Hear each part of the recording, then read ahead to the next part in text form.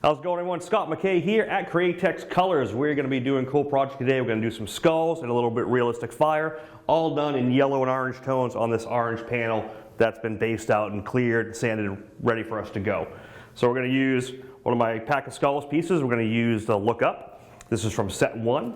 We'll mix in some curves, some texture effects, a little pocket graphs, a little bit of everything to make this happen. First thing we're going to start out with, we're going to go with an opaque yellow. Then we're going to go into a candy orange and some other candies that I mixed up, one called Dirty Penny and one called Espresso Shot. We'll talk about how I mix that up. We're going to balance all those colors to make a really cool project. So we're going to get started. All right, first thing we're going to do, we're going to take our stencil. The pack of skulls has positive, negative, everything, and some extra stuff around the outside, which we don't want to get in our painting. So in order to fix that, really simple, we're going to put this on our board, orient the position we want. You can take the actual skull first and kind of figure out the angle you're going to want it at.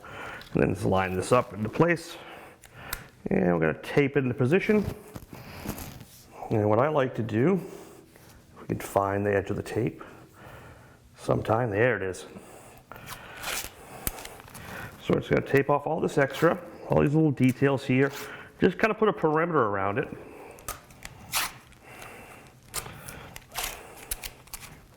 Really quick and easy.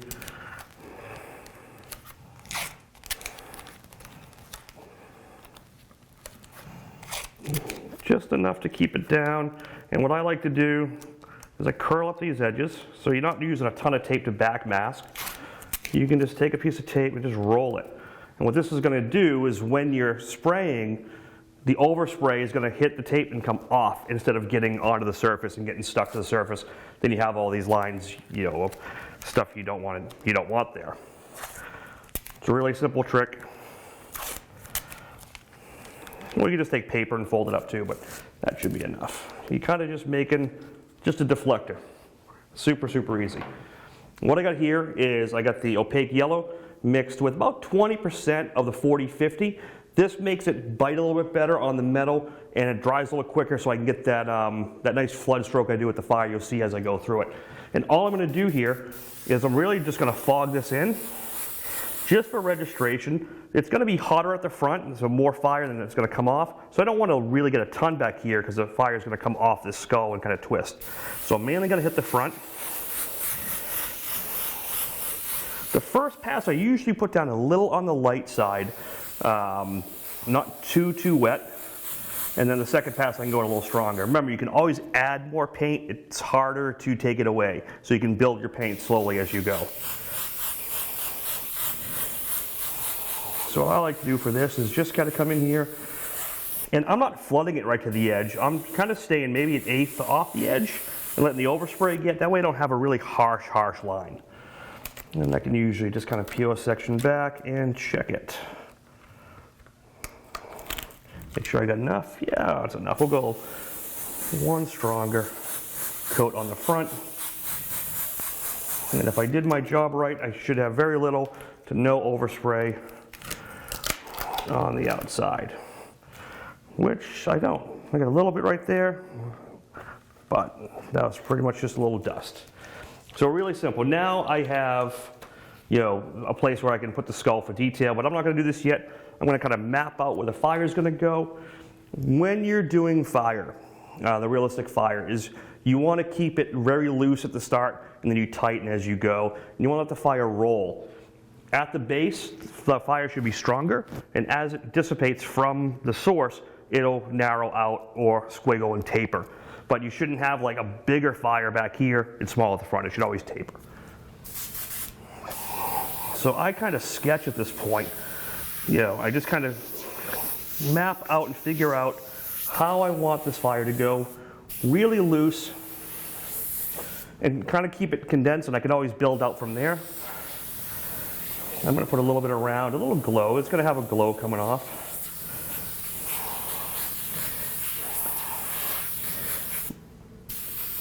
I don't rely on the stencils too much at this point. That's usually to tighten things up as I go. You keep it really loose because remember, you can always tighten it up. And by adding that 40-30 in here, when I get to these like little areas of sparks, I can do these flood strokes. And when we tighten up on the video a little bit more, you'll see it better. It doesn't always have to connect. You can have another offshoot here.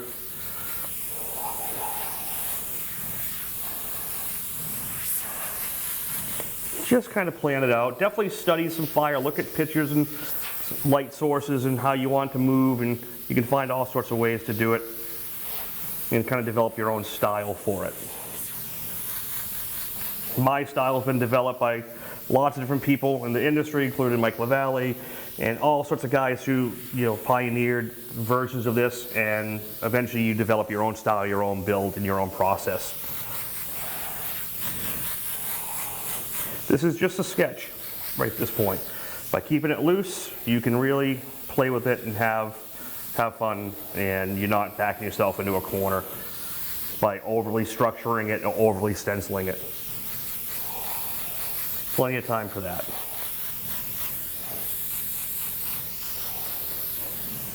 And that's kind of the map out where I stop. From there, I'm going to look at it, and then I'm going to start figuring out my details, and we'll work it from there. We'll get a little closer on this, and we'll keep going. All right, so we got our layout here, basically set up. I'm going to go through a few more, tighten up some things I like. When I find something I like, then I kind of do a heavier flood stroke and kind of start building and defining the shape. Again, I haven't used the stencil yet, but I'm setting up that curl and the twist. Just kind of figuring it out. Most of it's going to get pushed back and get dark, so again, I don't have to be too worried about what I'm doing here. I can still have time to play with it and change it and make it work. I don't mind having this fog there because I'm going to candy over it and it's just going to be an orangey glow, because we're going to come back in, we're going to go to orange, and then you'll pull it back, pull the brights back with the same color. Okay, I'm going to switch out brushes here. In this one, I have the Grabber Orange mixed in.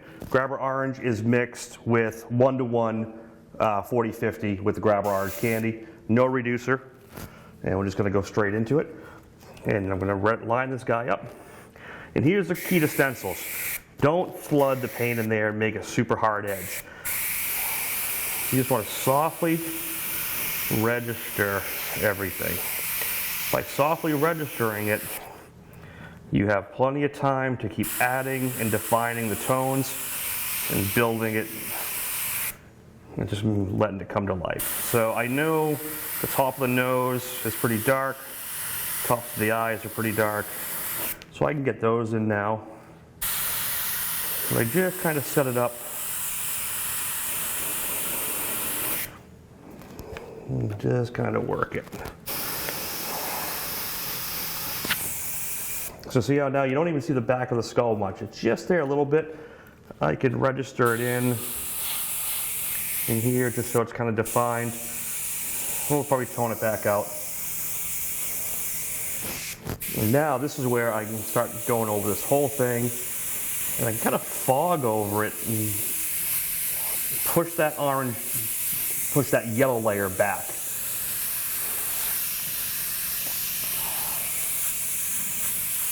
Notice I'm not washing the whole thing with a ton of color. I'm being strategic where I put it. I'm usually putting it to the outer edges and kind of carrying the overspray in and just letting it tone. And by doing that, it's almost creating a drop shadow as well.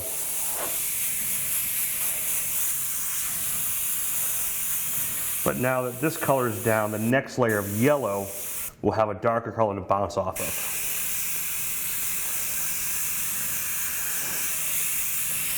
This is also a good time in the skull if you want to put a little texture in. These little texture effect stencils are great. This is a perfect time to put it in. It's early on.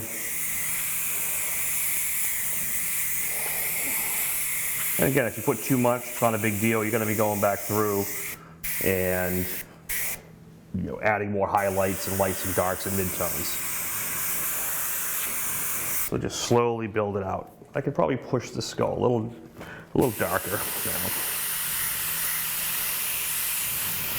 I'll eventually switch to my darker color, but for now, we can keep building with this tone until we're happy. And there's extra details here, like where the temple is and the eyebrows. Those, I don't put a lot of paint there. I just mist it in just for, like, basically overspray, just for registration, because I can come in and tone off that.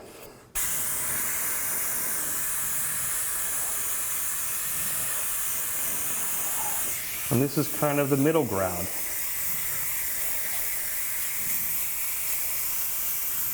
I love doing tone on tone, like blue fire on blue panels, red on red, you know, green on greens or on black. It's actually a faster way I found it's a faster way to learn it, because you're not switching through so many color changes, you're staying in one color family.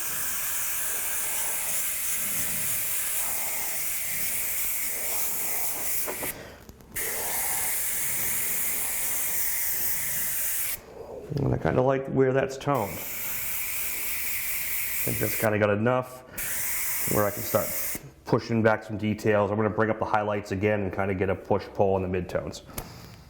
So I'm going to switch back to my yellow. And with this one, I'm going to untape the stencil, because on the outer edge of the stencil is different parts of the skull. Like here is the upper eye. So now if I want to highlight that upper edge and pull that back in, I can just come off that and bring that back in. Here's the other one. So that just come in. Now I can flip and rotate. The longer you mess with these stencils, the more you'll see all the positive, negative of everything. So now I can redefine that and come off that cheekbone. Come off there. And let's put a hot spot right there. Just bring that right up. And then we'll bring out the nose. The nose, when you define the nose, that really sets the depth of the skull. It just pushes that out, and you rotate it again.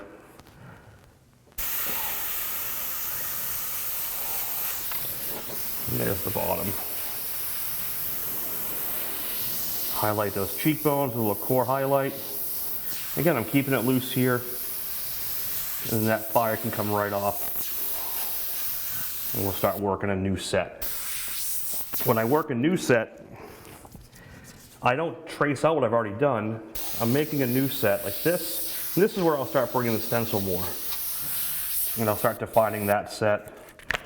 Maybe how this one curves down this way. And just let it flow. Maybe this one jumps over that.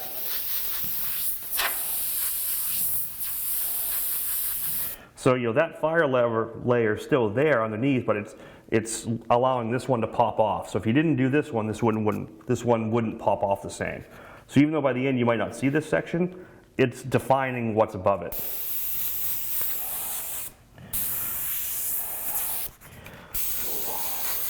So for these bigger areas, I use bigger templates. When I start getting to the smaller details, I'll start going to like the pocket graphic size templates. And again, I could even add in some texture again with this. And just letting this kind of build. These little flood dagger strokes really gives it a lot of life.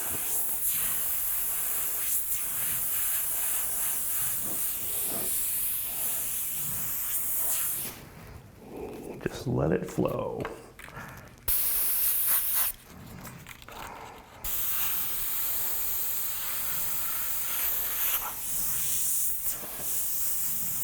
As long as you don't do too much too fast, you won't overwork it, and you'll always be able to kind of pull it back to what you want. I've had fire jobs where halfway through I didn't like it, and then I worked it through the end and ended up loving it. So fire is one of those things you got to really see it through to the end and just let it kind of happen.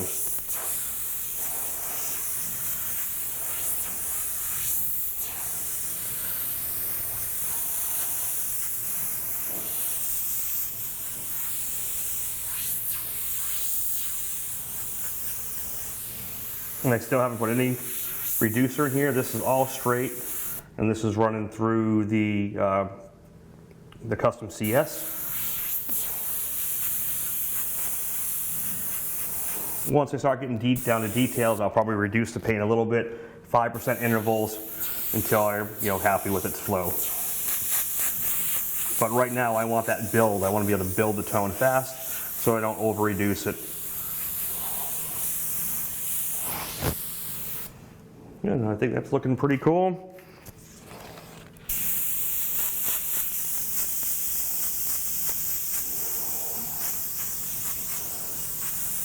I think at this point we'll start getting it a little tighter.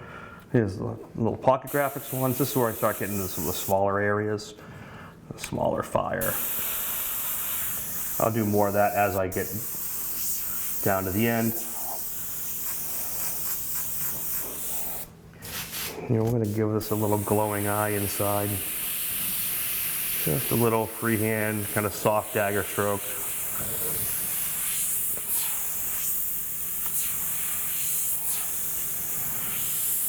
We'll start highlighting these teeth a little bit.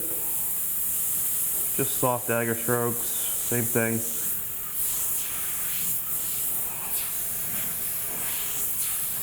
Let the fire come out of there. Cool, digging it.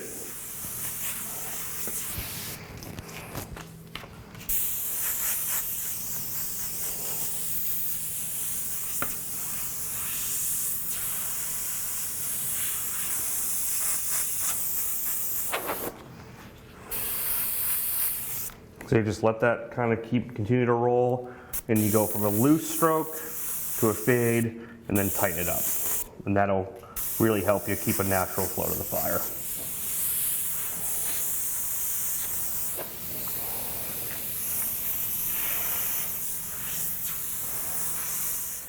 All right, now that we got that all set, I got my kind of mid-tone in. I'm still gonna go with my grabber orange to tone this out, but I'm gonna go to a darker color I made up called Dirty Penny, which is 3 parts grabber orange, 1 part dirt track brown, and it creates a darker version of the grabber orange to start detailing. So you get more ability to tone it out.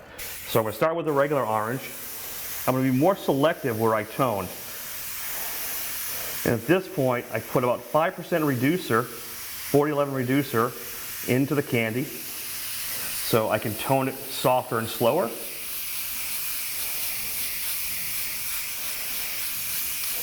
So it's not covering as fast because I don't want it to cover as fast.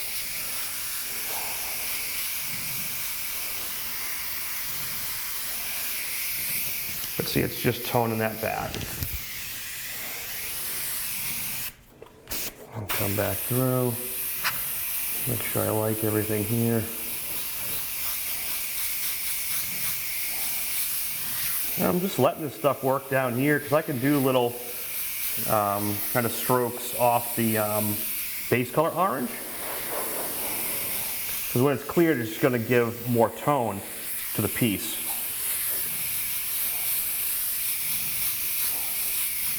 But notice, very little stencil here. I think the biggest mistake I made when I started, and other people make, is overuse the stencil and you end up getting that kind of Swiss cheese look to your fire. So if you use it sparingly, you'll actually be much happier with it. Okay, I'm going to switch out to this next color, which is called Dirty Penny, which may not look super different on camera, but in person you can definitely see the difference. And this is where I'll start going in. See how much richer that is? It's darker right off the gate. So I don't want to overuse the stencil here. I'm just going to tone some of it. And we'll maybe put a little details in here because this is the upper palate of the skull, of the upper jaw. I'm just going to add those little lines in there. And then I'm going to lightly mist where the teeth go. See that? I barely touched it. It's just enough to know where they are so I can freehand connect them. We'll go dark under here. See, the color's just enough to set it off and be different without pushing it too far. Remember, like I said at the beginning, it's easier to add paint than it is to take it away. So that's why I like to switch these colors up. You can kind of register, again, some of the outer sections of the skull. just to define that edge where it is in space and work off it. We're going to freehand the fire right back off that anyway. I'm going to get this outside edge a little bit more defined too, almost like that drop shadow, so it sets them off the page a little bit more. And again, if I do anything darker, that's just going to set up for the fire layer to pop off the orange. Doing fire, realistic fire, things like that is always a push-pull.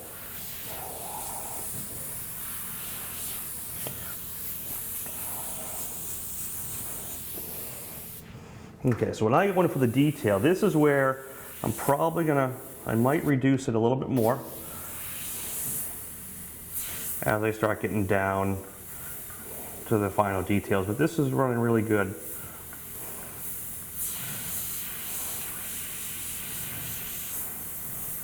This is where I start taking this stencil look out of it by shading off that detail with some core shadows,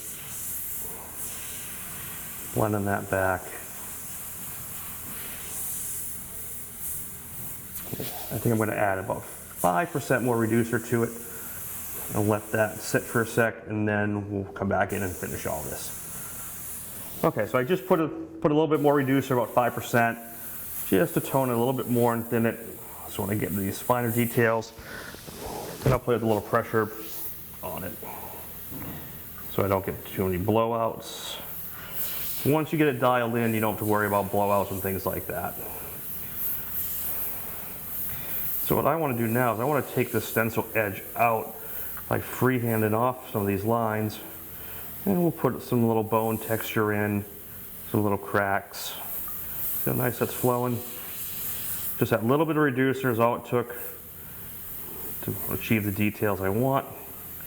And for this one, I'm using the Iwata CH, which this runs a 0.30, 0.35 nozzle. We'll go off these eyebrows a little bit. Core shadow above. I have one more color darker that I'm going to use for final detail. Just to do the final darks, but we'll get there. The nose, I just came off that edge and up, and that creates that septum in the middle. And then down off that edge. And then come off this eye. Remember, I'm going to be putting I'll be putting more fire highlights in this later, so again, it's that push-pull. We're going to do a lot more little details and stuff, so I'm just really setting this up. Another good time to put maybe some other texture in here, find a little section. See that little bit of texture in them? Just gives a little bit of interest in that bone. In here, we'll do the same thing, maybe a little bit bigger. That blends out that stencil edge. This is going to really let the next stage, pop with that fire. Okay, let's go to the cheek here. This is where you can spend as much time or as little time detailing, depending on the overall look you want. If you want the skull to be really loose in the fire, keep it loose, very little detail, or tighten it up. And you could go with bone colors and make it as realistic as you wanted to, or stylized as much as you wanted to. Just to really put your own look to it. And when I developed these stencils, I tried to keep the anatomy pretty straightforward so you could make any changes to the skull shape and maybe add like horns and different stuff to it easy enough. Okay, so now we're going to come up to the part everyone really hates about skulls, is the teeth. So let's get set up here. I want to define these teeth. The palette's pretty dark. We'll get over here, so I define that all out. Now, what I do, once the paint's flowing right, we get everything dark, you have the notch at the bottom, and then you get this little V at the top. I go little dagger strokes up from those, and just meet those sections. I'm not going around like a chiclet. And then from the top, I just kind of loop back and I go up from there as well. And that kind of creates the socket of the teeth. And we're going to put a little more details in later, but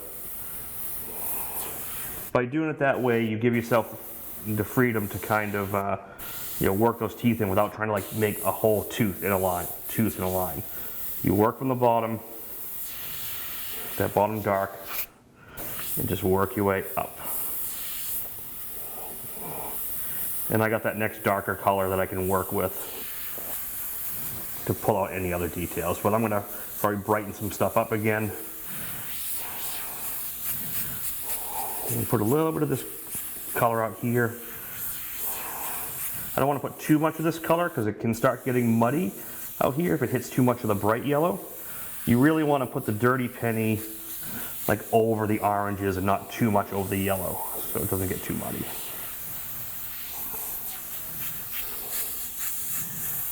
Out here, out here.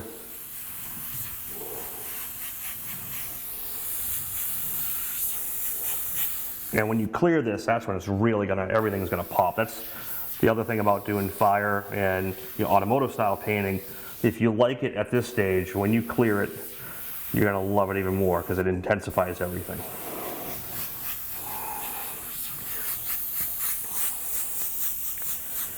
Because what I'm going to also do before I go for those final highlights, all this candy, we're going to wash over this with 40-40. That'll lock all the candies in, and it'll stop any bleed from happening, because the candy sometimes will bleed into the bright opaque whites or yellows, just because the reducer will reactivate a little bit. So we'll stop that by putting some 40-40 down, and then we'll go in for those final highlights. So almost there. Just keeping it loose and fun. You can take this video, triple the time, and go in for really, really big details, but it's just an expansion of what we've already done. So I just want to get you guys the gist of it and put your own spin on it.